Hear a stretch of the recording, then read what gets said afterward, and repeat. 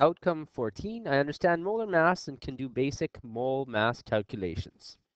So molar mass is one of the little more difficult things, and to be very good at it, you need to be good at algebra because you're going to have to know how to rearrange formulas depending on what you're looking for. I like to use the four-step process anytime I do algebra, and I hope you guys use this. It just organizes your thoughts a lot better. Step one is very simple. There's three things you do. First thing you need to do is you need to figure out what you're looking for. I always underline what I'm looking for. So right now I'm looking for what is the mass. So I'm looking for mass. I will put m equals question mark because I'm looking for it.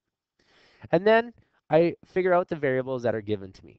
In this case, what is given to me, I'm given the amount of moles. And I'm also given the equation that is, I'm trying to look for a pen here. Oh, there we go. I'm also given the chemical formula that I need to find the molar mass for, so potassium phosphate. So M equals question mark, N, which is the number of moles, is 0.155 moles. I put a 3 here to indicate the number of significant digits. It's important to do it right away. As well, my molar mass of K3P, which is a solid.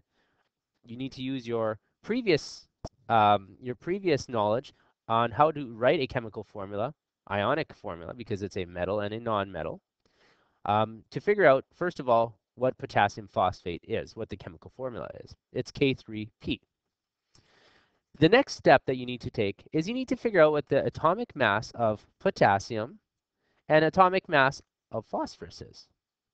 Let's start with potassium, K. 39.1. So if you go look in the periodic table, let's go find it. It's right here, 39.10. That is your atomic mass. We have 3 atoms of it, hence the 3. So you need to multiply 39.1 grams per mole multiplied by 3. And you need to add to that the atomic mass, so 30.97 of phosphorus. So my molar mass is 148.27 grams per mole. So each mole that I have weighs 148.27 grams. Very, very simple. The second step right here is very simple as well. What I do is I just write down the chemical formula. In this case, I only wrote it down. I suggest that you isolate it before even doing anything else. So let's isolate the equation. So N equals M divided by M. I'm actually looking for my mass, the M. So let's isolate that. To isolate it in this case, I have to multiply the big M on both sides because, let's just do it like this. This doesn't really look like an M. Because variable on the bottom eliminates the variable on top.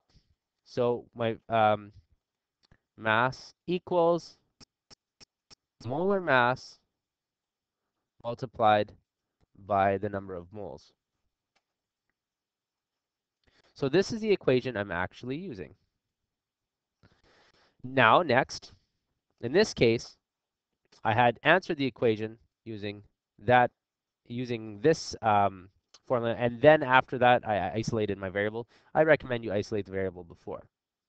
So 0.155 moles equals question mark divided by 148. If you use the formula above at mass equals molar mass multiplied by number of moles, I do 0.155 moles multiplied by 148 grams per mole. I put 3 and 3. Those are the number of significant digits that you're using. So 0.155 moles multiplied by 148 grams per mole equals 22.94 grams. The moles eliminate each other because you have one at the bottom and one on top. They eliminate each other. All you have left is the number of grams.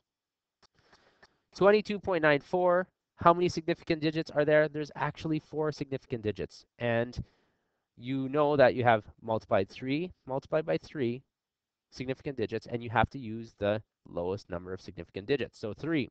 So your mass is actually 22.9 grams. So that would be the amount of mass that I'm using. So this is one example of how you can calculate mass using the molar mass equation.